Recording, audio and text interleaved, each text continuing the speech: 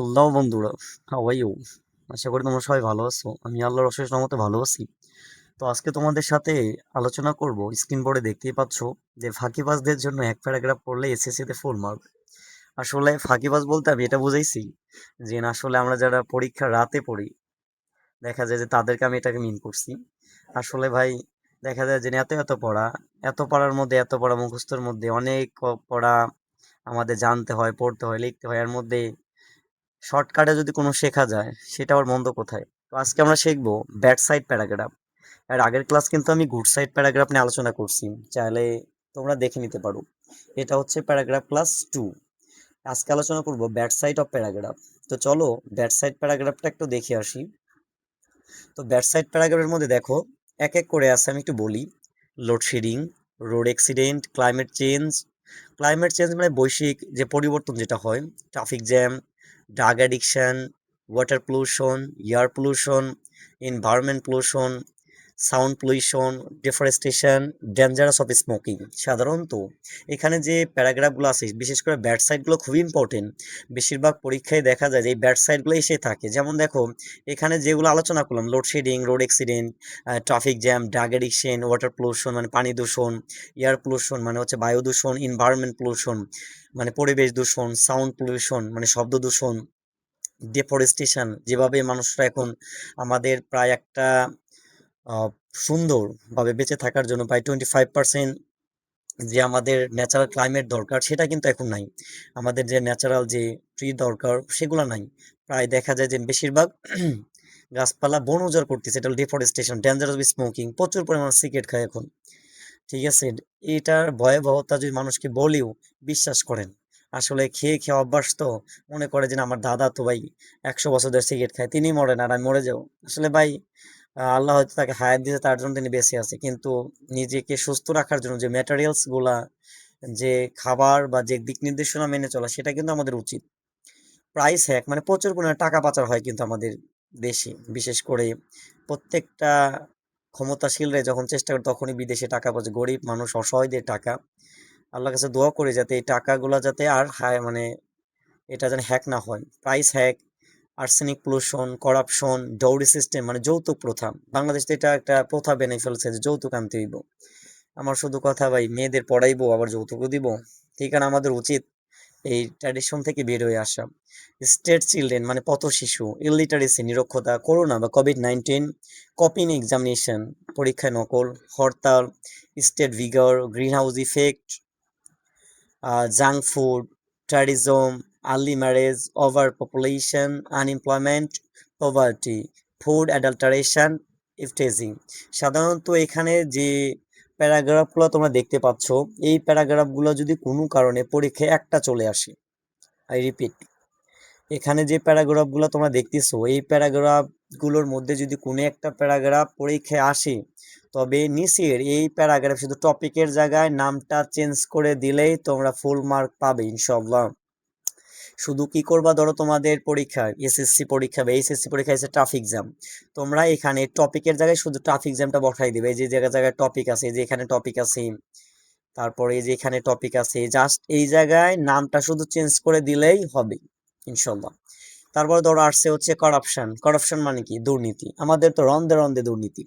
তো এই দুর্নীতি যদি আসে, করাপশন, তোমরা জাস্ট দিবে এখানে করাপশন। এই যে টপিকের জায়গায় করাপশন, এই টপিকের জায়গায় করাপশন, এই টপিকের জায়গায় করাপশন দিবা। আর এবং এই টপিকের জায়গায় করাপশন দিলেই কিন্তু আমরা ফুল মার্ক পেয়ে পেয়ে যাবো ইনশাল্লাহ।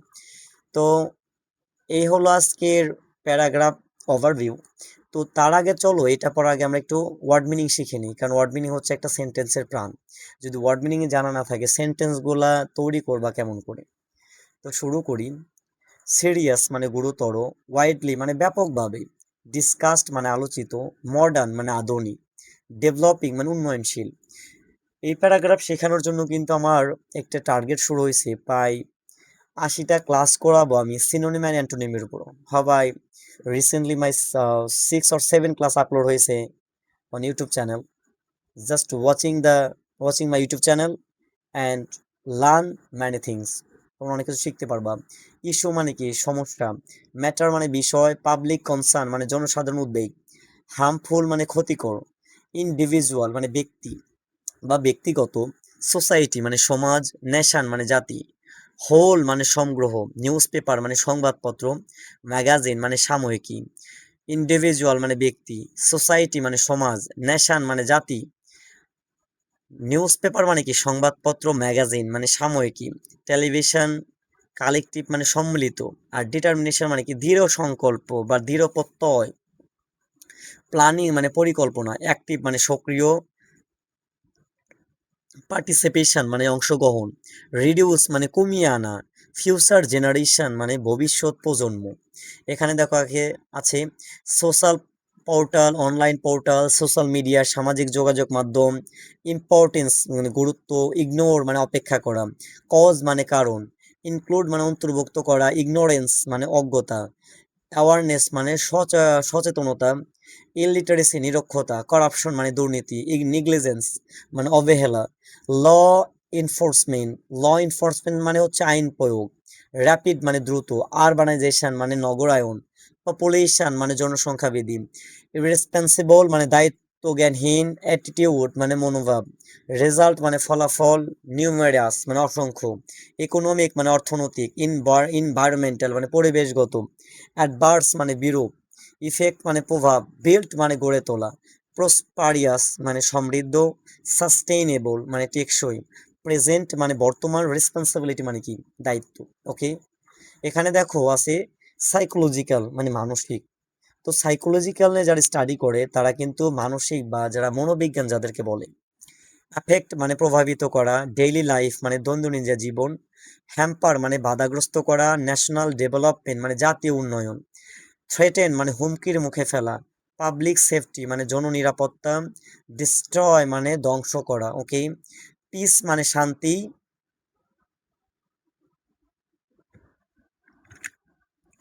পিস মানে শান্তি, হারমোনি মানে সম্প্রীতি, স্টাবিলিটি মানে স্থিতিশীলতা, প্রপার মানে যথাযথ, মেজার মানে পদক্ষেপ, ইমিডিয়েটলি মানে কি পদক্ষেপ, ইমিডিয়েটলি মানে অবিলম্বে, ইমিডিয়েটলি মানে কি ভাইয়ারা বলো, ইমিডিয়েটলি মানে অবিলম্বে, ক্রিটিক্যাল মানে সংকটপূর্ণ, গভর্নমেন্ট মানে সরকার, ফর্মুলেটিভ মানে প্রণয়ন করা, আর ইফেক্টিভ মানে কার্যকর, পলিসি মানে নীতি, সেফটি মানে কঠোর, ইনফোর্স মানে কার্যকর করা, এডুকেশনাল ইনস্টিটিউশন মানে শিক্ষা প্রতিষ্ঠান, আর এক্সিস্টিং মানে কি বিদ্যমান, ম্যাস মিডিয়া মানে গণমাধ্যম, নন গভর্নমেন্টাল অর্গানাইজেশন মানে এনজিও যেটাকে বলি বেসরকারি সংস্থা যেখান থেকে মানুষ বিভিন্ন ঋণ দেয়, ক্ষুদ্র ঋণ দেয়, সিভিল সোসাইটি মানে সুশীল সমাজ, রেইজ মানে কি বৃদ্ধি করা, সিটিজেন মানে কি নাগরিক। তো এই যে আমরা এটা পড়লাম দেখো এখন আমাদের অনেক কিন্তু সহজ হয়ে গেছে।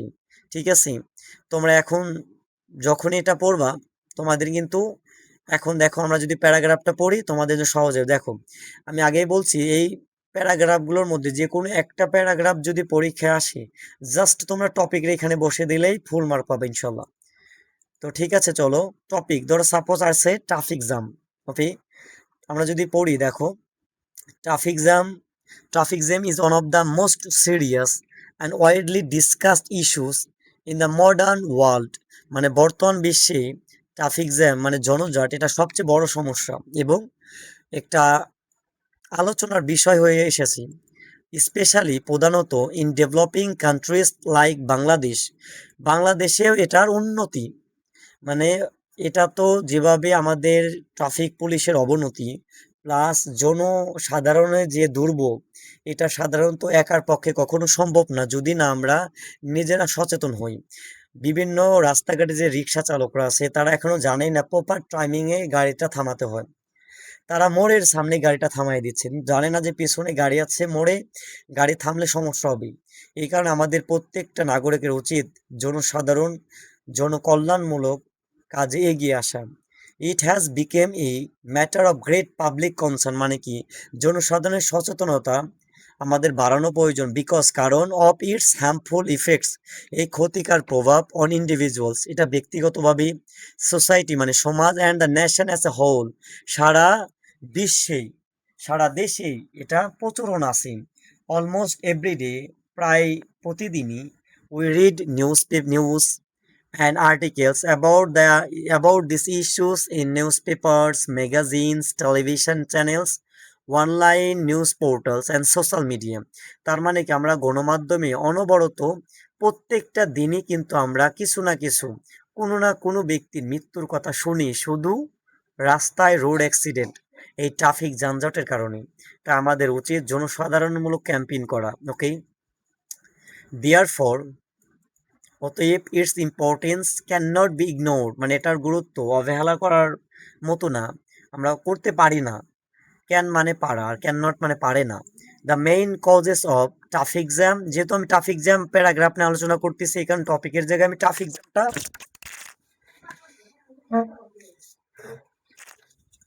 ইনক্লুড করতেছি। চাইলে তোমরা অন্য ধরনের প্যারাগ্রাফ যদি আসে তোমরা দিতে পারবে, জাস্ট ওই প্যারাগ্রাফ, এই প্যারাগ্রাফগুলোর মধ্যেই কিন্তু দিতে হবে।